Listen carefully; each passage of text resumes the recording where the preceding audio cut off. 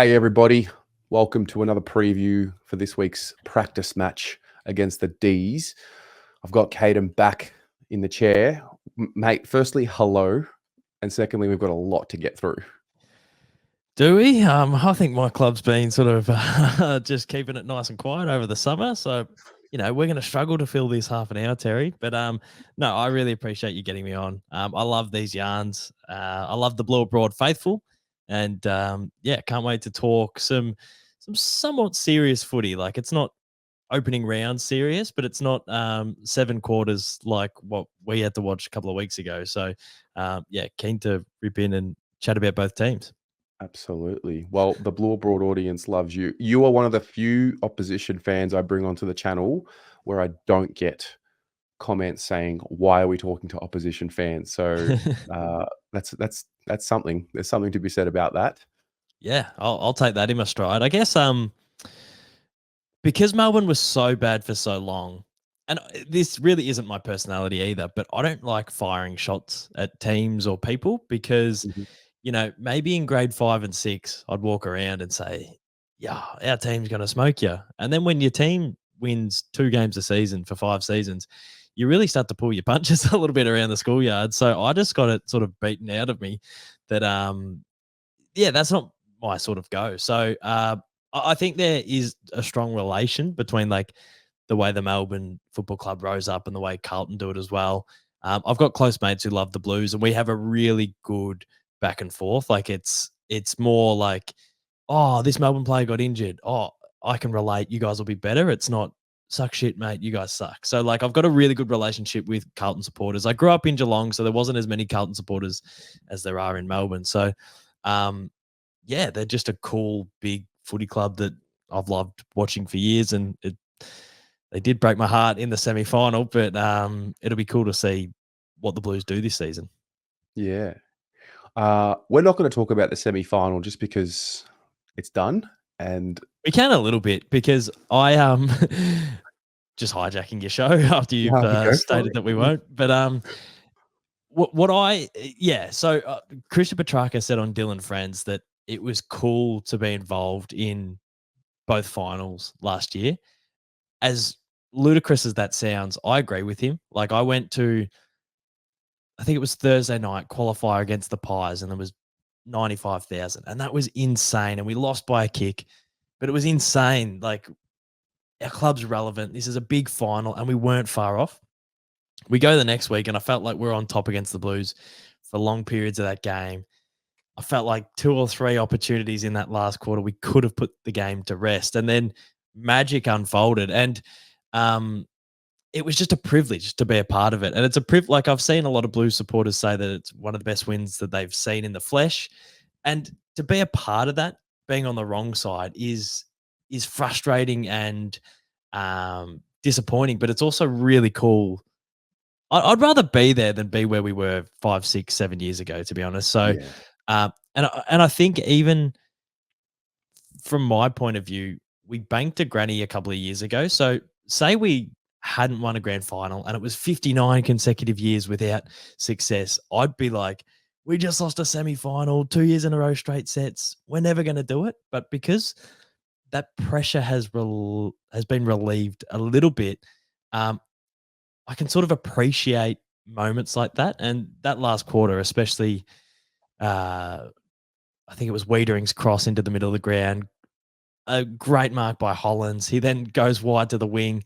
Judd McVee just put your body through Doherty. He goes back with the flight. Like the way it unfolded was magic. And as I said, Connor Rogers is a diehard Blue, and he's hugging his dad, and the emotions. Like it was as frustrating as it was to watch it unfold. And now since then, the pressure that's built on our footy club, it was pretty cool to be there and be a part of it. Yeah. I think with footy, I think with anything, we can get sucked into the moment a little bit and we draw conclusions. And sometimes we fail to remember that it just all keeps going. Like it's infinite. There's always Yeah. next year. And I think for you guys, I think your window, well, clearly it started a few years before us. And I think now Carlton is now in the window. Now, if it's going to last 3, 4, 5 years, I don't know. But yeah, you're right. as heartbreaking as some of these losses can be, there literally is always going to be the next year and the next season, you know? Yeah, 100%. And I don't know.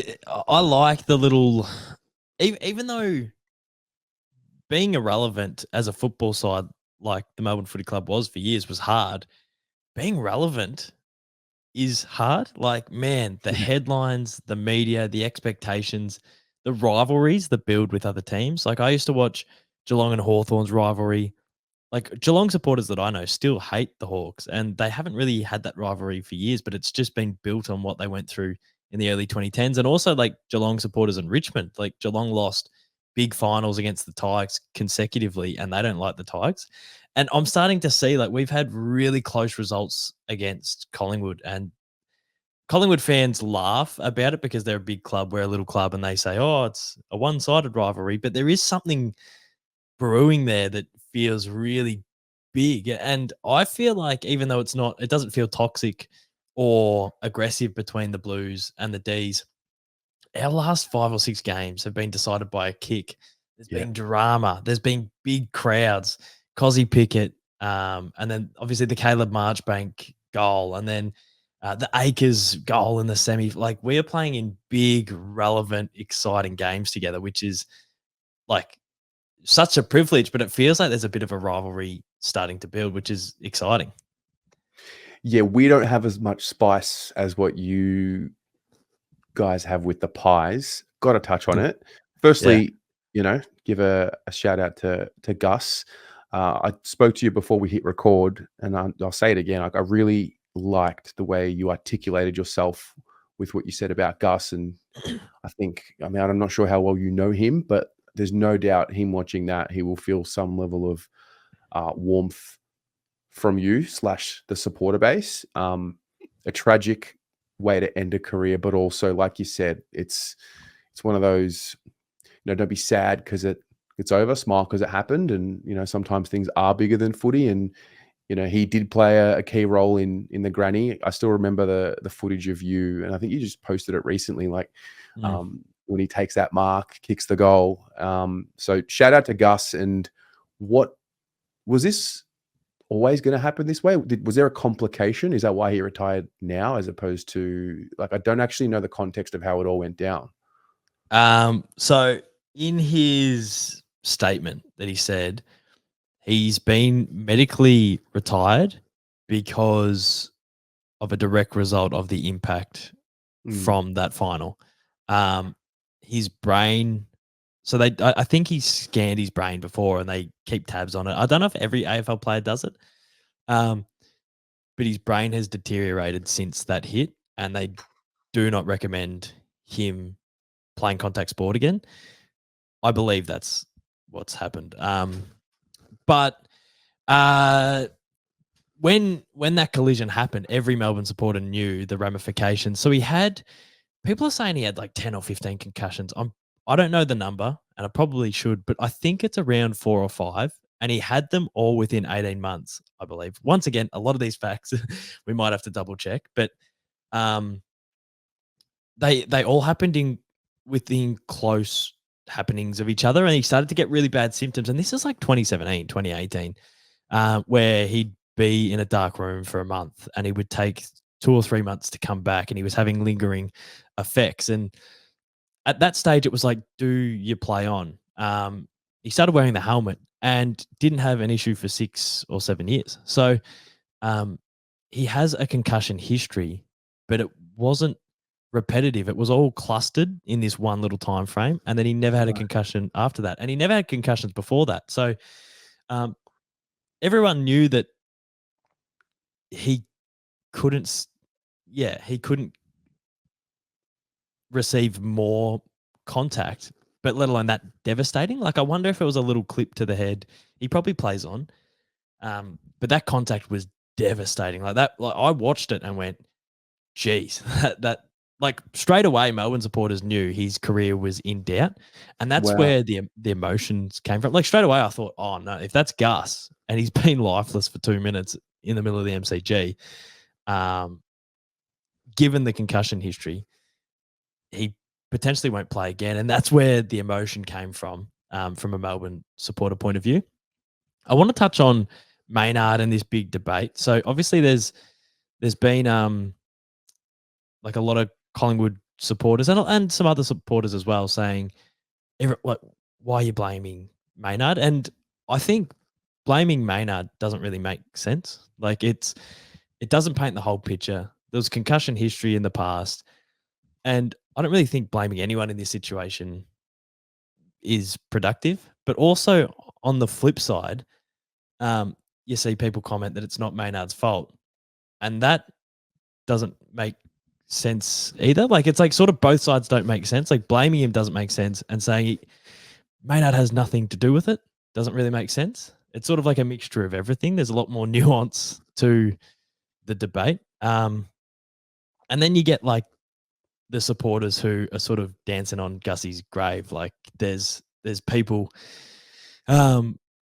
provocatively commenting on any post saying Maynard owns Gus and just trying to get a rise, and probably shouldn't give much attention and oxygen to those people, but they're all involved. Like it's all sort of happening. It's a melting pot. There's so many different elements to it. And I got to say, I've not seen such fire from the D's supporters, from the club in general. And I'm really curious. I feel like it could be a little bit of a perfect storm for a bit of an edge moving forward. We've gone through a lot of adversity recently. Like there's been a lot happening. Now, some of what's happened at our football, a lot of it, to be honest, is self-inflicted.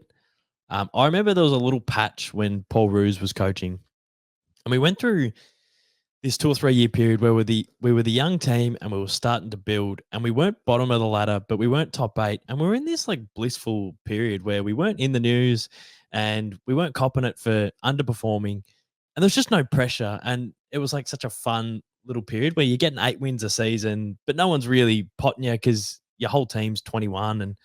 And we're in a sort of zone now where I can relate to Richmond supporters and Collingwood supporters, because it feels like we're under siege from the media. Like it feels really like we're like newspapers are putting their foot on our throat and trying to, I don't know, make us accountable for something. Like we've got presidents leaking information and trying to come out of us. They're going after our coach, who like no one really knows the full story with our coach, what happened down at the Portsea pub or wherever he was. But on one hand, you hear Gorney talk about it and it sounds quite innocent, but then you read newspapers and they're trying to insinuate stuff that may or may not happen, and the club denies it, but then people keep going after it. So we're in this weird situation where a lot of it's self-inflicted. Like Joel Smith, you can't blame anyone else. And Stephen May getting into a tussle with a teammate out in public, you can't blame anyone else for that. But a lot of other stuff, it feels like people are coming for us. And I've watched Collingwood supporters for years articulate that. They've been like, oh, we cop it from the media. And I can sort of relate now, where I go, wow, like when the media want to, they can really turn on you. Once again, I'll put my hand up and say a lot of it has been self-inflicted. So yeah, we're in this really weird patch where the only thing that'll get everyone off our back is success and not talking about it, being about it. And I think, I don't know what's happened since 2021. Maybe people got comfortable. Maybe their bellies got full after one flag. Maybe their heads got a little bit big. Maybe it's just been unfortunate. Maybe that's not the case. But we're under the pump, and success is the only way that's going to get us out of it. Mm-hmm. I don't know if this is relatable, but it does remind me of a principle I was talking about when we were having that 7 of 9 losing streak at the first half of 2023. In the moment, I could not figure out what it all meant, why it was happening. Everyone was writing the articles about Harry and Cripps's leadership, and Cara was coming out for him and Doc because they stayed at a hotel, whatever, just creating something out of nothing. I look back now, and the best way I summarize what it all was it was actually a test of the culture and a test of the stability. Like you got radio host asking your president and your coach, like, do you have a culture problem? And obviously they're going to say, no, our culture is strong. It's just one of those things where you can't make a declaration in the moment of the heat. You got to wait until it passes. And I think it's all going to be a test of where the Melbourne Footy Club is at when it's all said and done. But right now, you just kind of got to live through it and perform through it. And I feel like we'll have the actual answer to what it is probably at the end of this year rather than right now. Yeah, and potentially in 5 years, like potentially when Gorney writes his book, or Yep. like we're not going to know for years and years and years. And I've watched like sort of everything that the club puts out, or every interview that Max Gawn's had over the last 5 or 6 years, and he'll drip feed little bits of information in all those interviews. And maybe he's just a great politician and he's got a good poker face, but I've seen Gorney say that there has been spot fires, or there has been tiny issues that then people link together and paint a picture that isn't necessarily accurate. Now, maybe, we're in denial. Maybe our culture is really bad. Or maybe it's like one-off things that people are linking together. Maybe the one-off things get accounted for within the four walls. We've got some pretty strong leaders at the footy club in Alan Richardson. I'd say Simon Goodwin's a strong leader. I'd say Track, Viney, Lever are strong leaders. I'd say Gorney's a very, very good captain. Kate Roffey's a great president. I believe she's the president. So there's some strong leaders that I don't think a lot of this stuff would get swept under the carpet within those four walls. The way they train, the way they hold each other accountable on the field, I only predict that would be the case off the field.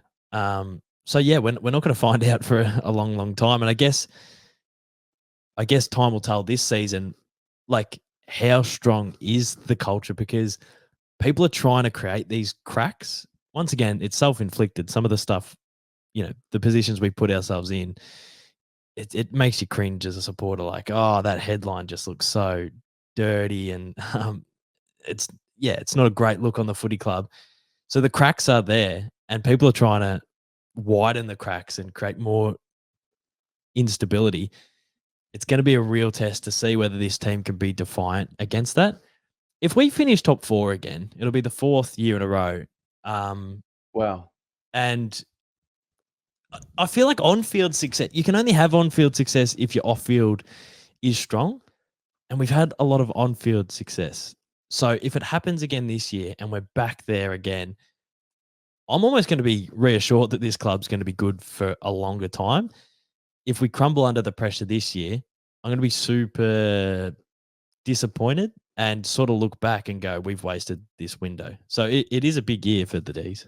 Do you have expectations still for top four premiership contention? Like, going into the season, how do you actually, how do you support the D's?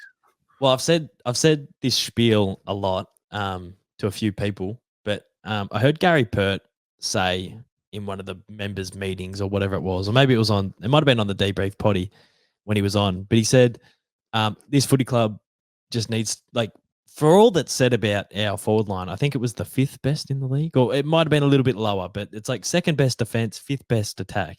And Gary Pert came out and said, for all that's said about our forward line troubles, we need to find one goal a game. If we find one goal a game, we're in a prelim.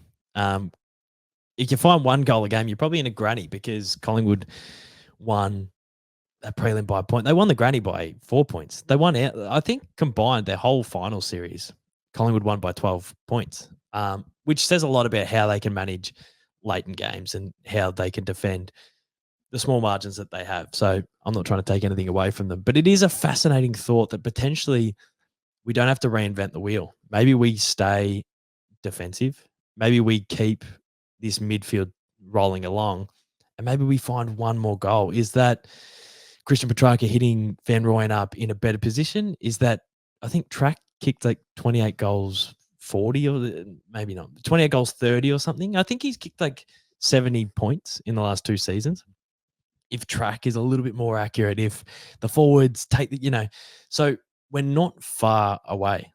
And I think just because you go out in straight sets to two of the most informed teams in the comp by a goal doesn't mean it's rebuild time in my head. No. So there's a part of me who picks with their heart and says, our list is as good as anyone else's, and we could give it the biggest shake this year. There is a part of me that tips with my head and says, where there's smoke, there's fire. I've never seen a more lack of momentum preseason. Like, it feels like players, like the whole forward line's injured. It feels like, every second week there's just something that pops up that makes you not believe. So I think if I tip with my head, I'd say maybe it's hard to go top 4 years in a row. I think we'll still be top 8, 5th or 6th potentially. If I tip with my heart, I think, this team can bat as deep as anyone else. We have the firepower to do it, and we're not far away. So potentially this team could go top 4 again. I liked Track's answer on Dill, where he said, I mean, you can talk about we don't have this forward or that forward. And he said, or we can just use the ball better going forward. Yeah. It's not like you're struggling to generate opportunities. I mean, even if we just go back to the semi-final, I mean, I can remember 3 shots. I think Gawn, Pickett, and Fritsch, which I think Gawn touched Clary's Clary had a shot from 50 and Gawn touches it. You're right. What's scars me the most when I see the highlight of that last play is I look at the scoreboard. I don't know the actual stats, but I think you guys were 9 goals, 8 or something, and we're 9 goals, 7 or whatever it was. But it's 9 goals, 17, and I just look at that scoreboard and I go, man, just one of those 17. So potentially, people are writing us off. Josh Jenkins tipped us for 11th. A lot of experts think we'll slide. So I have taken that into account when I tip with my head and I say, look, maybe we won't make top 4 this year, but we do hang around. But when I tip with my heart and I go one-eyed and biased, I think there's no reason why they can't finish high in the top 4 and give it another nudge. I'm a big believer in having a weight to carry, a weight being disappointment or some maybe extra external comments, motivation. I mean, these guys are very competitive, and you give them any little bit of an edge with something that you say, a narrative that gets written, they'll take it. For me, you play the D's at the MCG, you're still in for it because they're still very hard to beat there. I know that the finals have happened and you've lost there and whatever, but I can't see them slipping any lower than 5th or 6th, if at all, just because still in the prime, top end talent, as good as anyone, in the comp, as you said. And then now this added element, I'm fascinated to see how it plays out. I really do believe there's a hardening that's about to happen with the Ds, because the Ds for me have always been a nice, classy club. And I think maybe this Collingwood thing, I mean, now you're starting to really understand, what it feels like to not like them, but on a really deep level. So this could be the making of, a bit of not to say that the Ds were soft, but just an extra bit of edge. I wouldn't mind seeing it. I think you're spot on. I think we've lacked ruthlessness. I think we've had teams on the back foot, even if you go back to 2022 in the finals, and maybe it was fitness, maybe personnel were battling, but we had Sydney on the brink in the 3rd quarter of that qualifier in 2022. We let them kick a couple of goals, and the goals were Tom Papley from 45 running a snap, and it just floats through. And then it's Haywood or another one of the Rowbottom just snaps one from 45 and it floats through. And then they got this momentum and they outrun us. And, potentially that was a fitness component, but it was also a lack of ruthlessness to really put teams away. We had the smallest losing margin of a team that didn't make the grand final or something like in history. I think our losing margin last year was under 10 points. So that sort of goes back to, if you find an extra goal a game, you're winning 3 or 4 of the games out of the 6 that we lost last year. So I would really like this hardening piece to happen because I can sort of see it. Like this ruthlessness needs to come back. We need to, we were beating North last year by 100 and we let them kick the last 3 of the game and it was an 80-point win and it was on the brink of being like 120 ruthless perform. But it's sort of like we went through the motions towards the end and I think that is a part where we could get better. When I think of like this is what I've been sort of like just hanging on to over the preseason. But when the Tigers won in 2017, I'm pretty sure Rewalt was 29 and Cochrane was 28. And they went on to win 3. Petrarca's 28 this year. So it's like Petrarca, Clary, Salem, Viney, like that core that's like our main core, Lever, they're all 28 and they're all at the age where the Tigers won their first one. So there's a part of me who's fingers crossed, sort of daydreaming a little bit, that wonders if did we jag one early and have we seen the best of this group yet? And there's question marks over May and Gawn. They're the wrong side of 30. But everyone else besides them are like 28. And then there's like an extra core that's in our 22 every week, like Rivers, Pickett, Van Rooyen, McVee, Bowie, who are like 22, 23. So, like, maybe maybe that's the best we've seen from the D's in 2021, or maybe there is this hardening piece and this maturity that's just about to kick in with a bit of extra motivation over the disappointment over the last few years. Maybe we're going to see a second wind, but it's so hard to win a flag and you need a lot to go right. And if you read any paper over the last couple of months, a lot has gone wrong. So as much as I want to pump myself up, I'll be happy when I see it rather than imagining it in Feb. Are you a believer in the Blues? Like, did we figure it out and we're just going to continue on, or were we just responding from a poor first half of 2023? Like, how do you view the Blues? Well, when Nick Newman and Blake Acres become top 5 in the BNF and genuine contributing types, that's when your team's in a really strong position. Connor Rogers, diehard Blue, he always talks about the injuries that keep consistently happening, but you covered for them so well last year. So it almost feels like, if Wiedering misses a chunk of the first part of the season, I don't know who steps in, like whether it's a Young or I don't know personnel wise who would step in, but in my head, whoever it is, he plays to the system and the system works. Like it's almost system over personnel at the moment with the Blues, which is super exciting. Like the forward line is potent. The midfield's really strong. So there's a part of me that goes, no brainer, top 4, top 2, the Blues are here to play. But, we've talked about how progress isn't linear and, there is a part of me that thinks I've tipped you for first on the ladder. And I do think you have the season that we're all waiting for. But footy's so fickle. It wouldn't surprise me if you stagnate for a year and you finish 5th or 4th again. But you will be top 8 and you will play finals. It's just, are they going to take that actual step where it's like, deep into September? What do you think?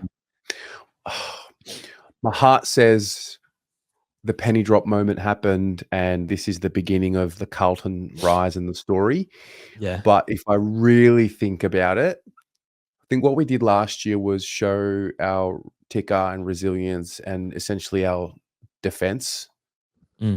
We haven't yet unlocked our offense, which is crazy to say. I actually think our forward line might be our weakest line on the field, which I know sounds ridiculous because we have Harry and Charlie there, but it doesn't function efficiently. Charlie will pull a rabbit out of the hat and really dominate.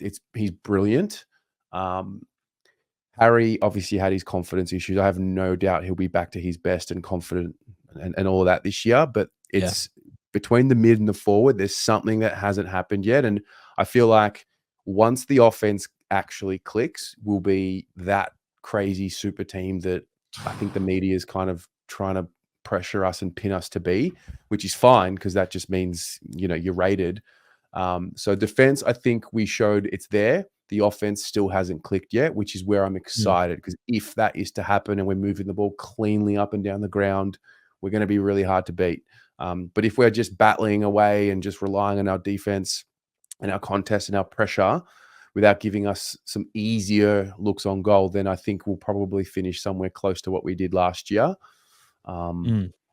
So I don't know. And then I've just watched the Brisbane rise, the Collingwood rise, the Melbourne rise, even Port Adelaide. Like over a 5-year period, it's never just, prelim, granny, flag. Doesn't happen that way, So I still think we're in the early phases of our story, and I feel like there's heartbreak to come. There's always going to be heartbreak for every team every year, if the ones that don't win it. But I am excited to know that I'm going to go to the footy each week, and I know that my team is not a circus and not a basket case. Yeah, it's really weird going to the footy and expecting to win every game. Like it's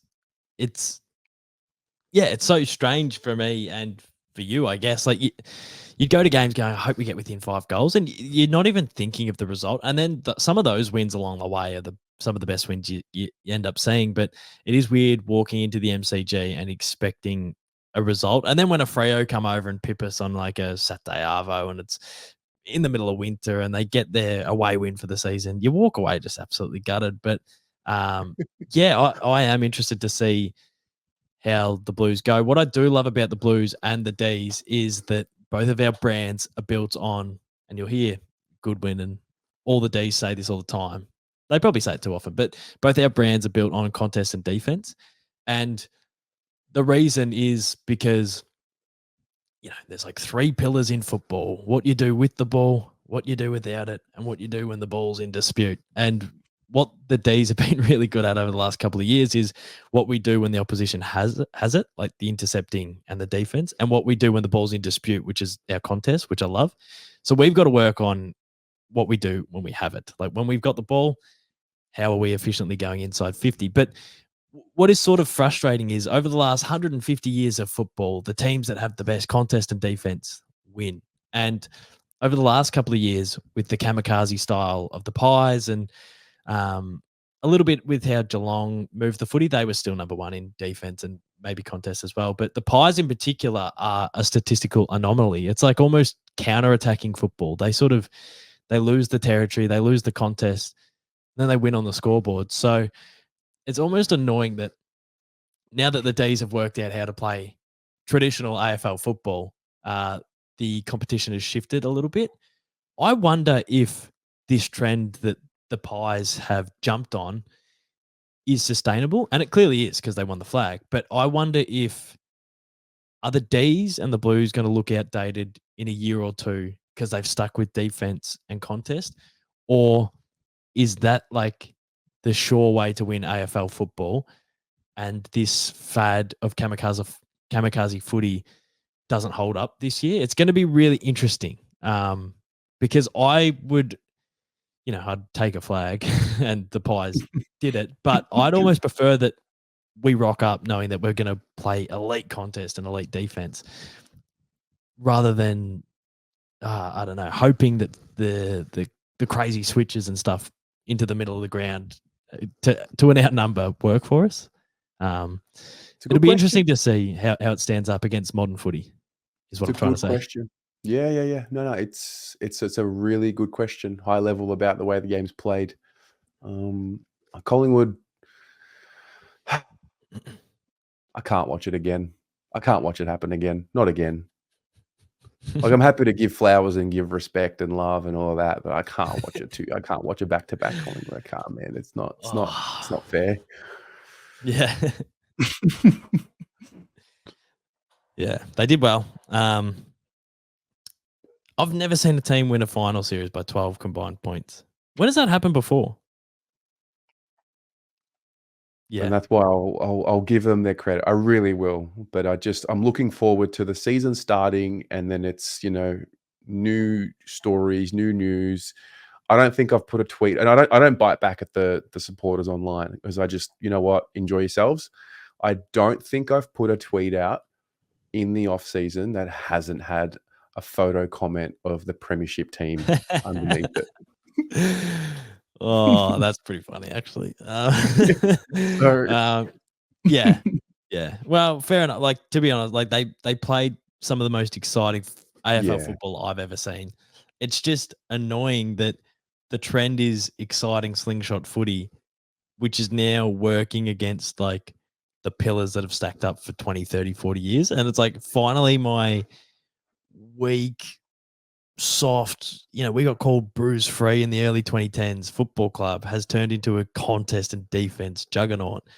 And we're still getting outscored because the trend is like slingshot end-to-end footy. And it's like, oh man, but we'll not start fair. doing slingshot footy and then the trend will be contest and defense. So yeah, it's I don't know. It'll be interesting to see the trends of the game this season. And what I will give Collingwood credit for is, now that every team's going to want to do slingshot footy, I reckon Craig McRae will be a year or two ahead and he'll have something else up his sleeve. So that's something I give massive credit for that team, is like they are led by a magician and a genius. And yeah, once again, for every team that, maybe there's rumors North might try it, a bit of North ball, for every team that tries and copies Collingwood, I think Collingwood will be doing something different that every team will be copying in a year's time. So that'll be interesting to watch as well. Yeah. It's good, mate. We're so close. It's all about Are you the going to kickoff. go on Wednesday? I will be at Icon Park Wednesday at 35-degree heat at 6:30 p.m. Yeah. So I love the D's as much as the next bloke, but hot and windy conditions is just not my cup of tea. So if it's 4:30, 5 o'clock and it starts to cool down, I'm a chance. But if it is just horrible, I don't know if I can do it to myself. Yeah. I mean, look, there is a reality where I don't go, but I think I'll be there. Yeah, I think I I'll love be that. there.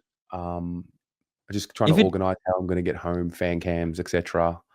yeah, But yeah, if it is hot and windy, it'll be funny because there'll be mistakes. People will miss targets. Teams are going to kick inaccurately. They're going to look fatigued and horrible. It's going to be a terrible result. And so many people are going to read a lot into it. So, mate, I had Marchbank and Jack Martin delisted last week. oh, dearie So me. yeah, Jack Martin's so a gun. yeah, well,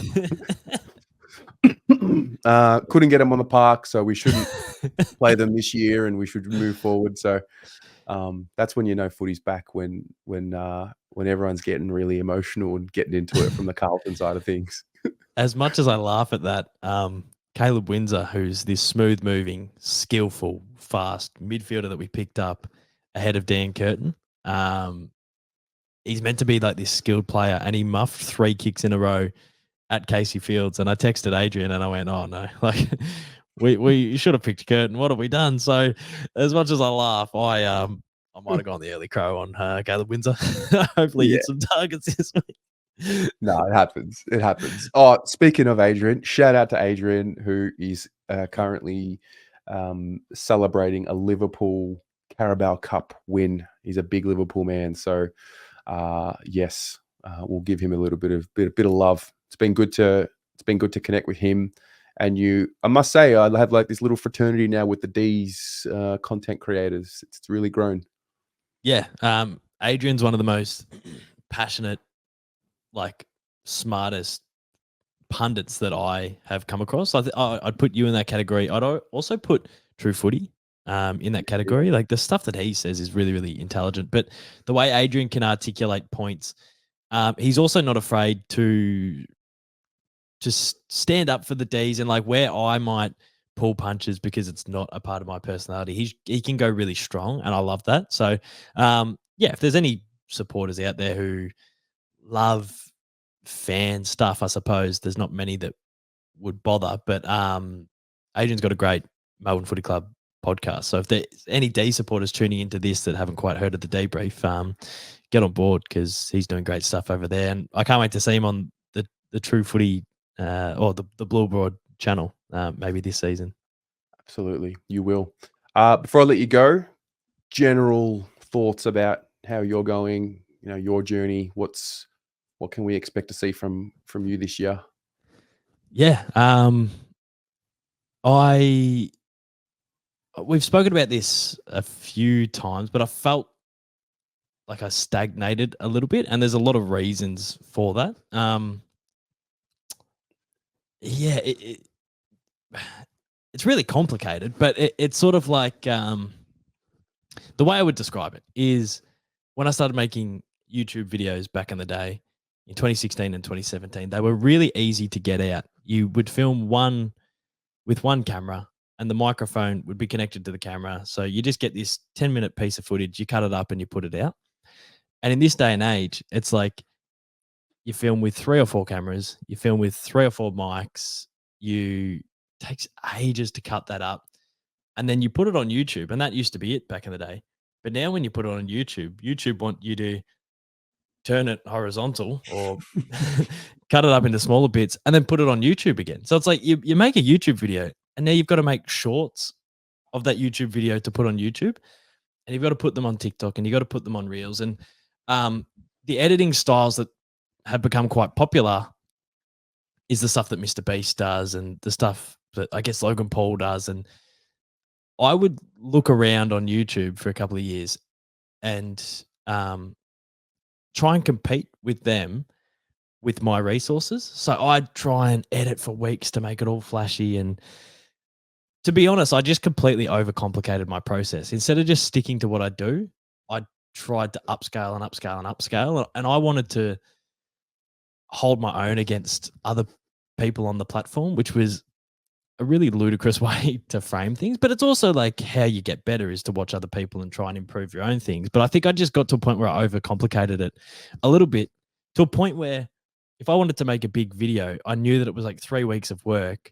So I would make littler videos to tick the channel over.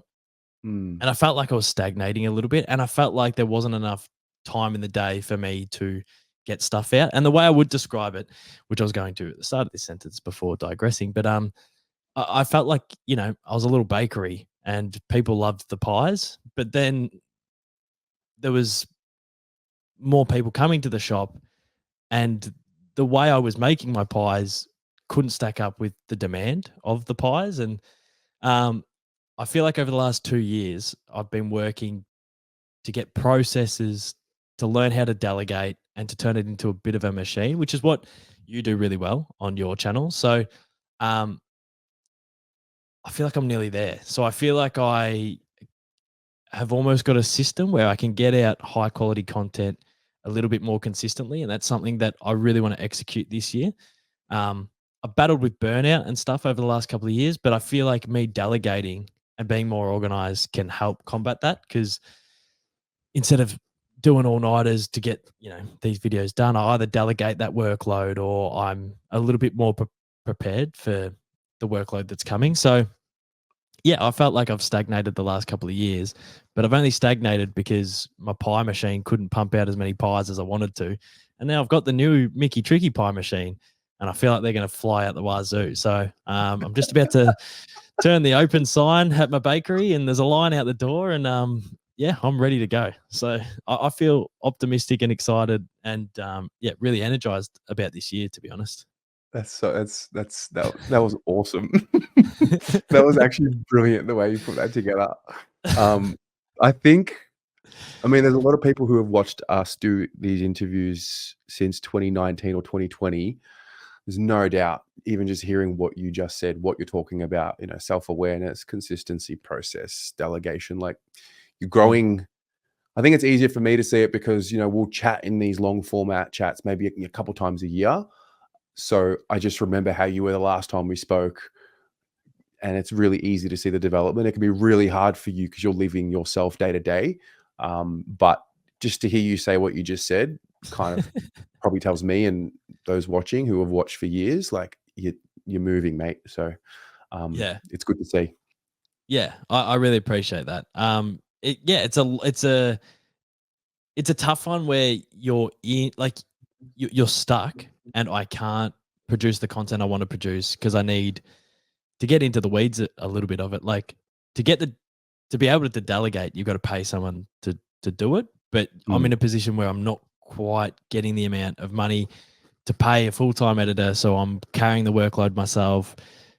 But the workload this day and age has changed since 2016. As I said, it was one 8-minute YouTube video, and that was the work. And now it's that plus 6 or 7 clips, plus I do graphics now. Everything's gone to another level, and I've felt like I haven't been able to keep my head above water multiple times over the last few years. And also, like, I tried to add strings to my bow, like podcasting and other things, which took me away from YouTube. And then I got to a point after Goes All Right and a little bit of last year where it's like I've tried to diversify my content, where I'm the guy who plays AFL gaming, but I also do AFL songs, but I also do AFL goal kicking challenges, but I also do AFL podcasts, because I like that I can sort of do all those things. I'm not a master at any of them. I'm not the best goal kicking challenge guy, and I'm not the best AFL gamer, and but I like that I can do most of those things and keep my content fresh. But I felt like I diversified so much that I lost the North Star a little bit. And when the podcast got taken away by Spotify, they pulled the plug on it. I felt like I was sort of I wasn't the podcast guy, but I wasn't the YouTube guy, and I don't think I'm a TikToker, and I just felt like I'd lost who I was a little bit, and not who I was like personally, but more professionally. And this year more than ever, I'm just like, man, I'm so proud of the stuff I do on YouTube. Like, I love making TikToks and I like balancing all other platforms, but I really love that 8 to 12 minute YouTube video. I love being consistent, and I haven't been that for years. So this year's almost like that redemption. Like, can I be as consistent as I have been in the past? Can the quality be as like almost higher than it has been in the past? And can I really nail this year on YouTube? And I think if I do, it'll remind me who I am again. So that's I know I used analogies about bakeries and stuff, but that's really the crux of it. Like, I'm going to invest more back into it, so hopefully it can be as consistent and as high quality as what I want. But yeah, I'm so keen to just smash this year of YouTube, and yeah, whatever happens. But I feel like, yeah, I'm pumped. Those 8 to 12 minute videos that I can really nail is what I'm going to be spending majority of my time on this year. Amazing. Well, I'm excited for you. Trials, tribulations, lessons all come together, and I'm very optimistic about what you're going to be doing this year. And you're never going as bad as what you feel. You are definitely your worst critic. I know that. I don't know you. Like, I know you well enough to know that you are your harshest critic. But that can be a good thing too. So yeah, thanks again for a very enlightening, just real conversation. We always seem to get ourselves into these ones when we jump on. So mate, I'm just stoked to document another chat along the journey of this whole thing, whatever it is. Yeah, well, I really appreciate you getting me on. It feels like it feels like I journal every 6 months with you. It feels like I can go back and look at my journals over the last few years with the Blue Abroad channel. But no, I really appreciate all the support, and you're only a text away and a call away most of the time. So just having a good yarn with other people in this industry is what makes it so much fun. And it's pretty cool that, I came from Torquay, but I feel like I've got mates everywhere because there's a lot of people doing the same thing. And yeah, I've sent you a million texts before, but what you've built is super inspiring, and I've loved watching it grow as well. So yeah, super pumped to see what this year brings. Hopefully some on-field success for us, but if not, yeah, hopefully we can be consistent and just be there for the audience, which is the funnest part of what we do. Yeah, no doubt. All right, brother, you take care, and we'll speak soon. No more headlines between now and opening round. Come on, D's. We can do it. Thanks, Terry.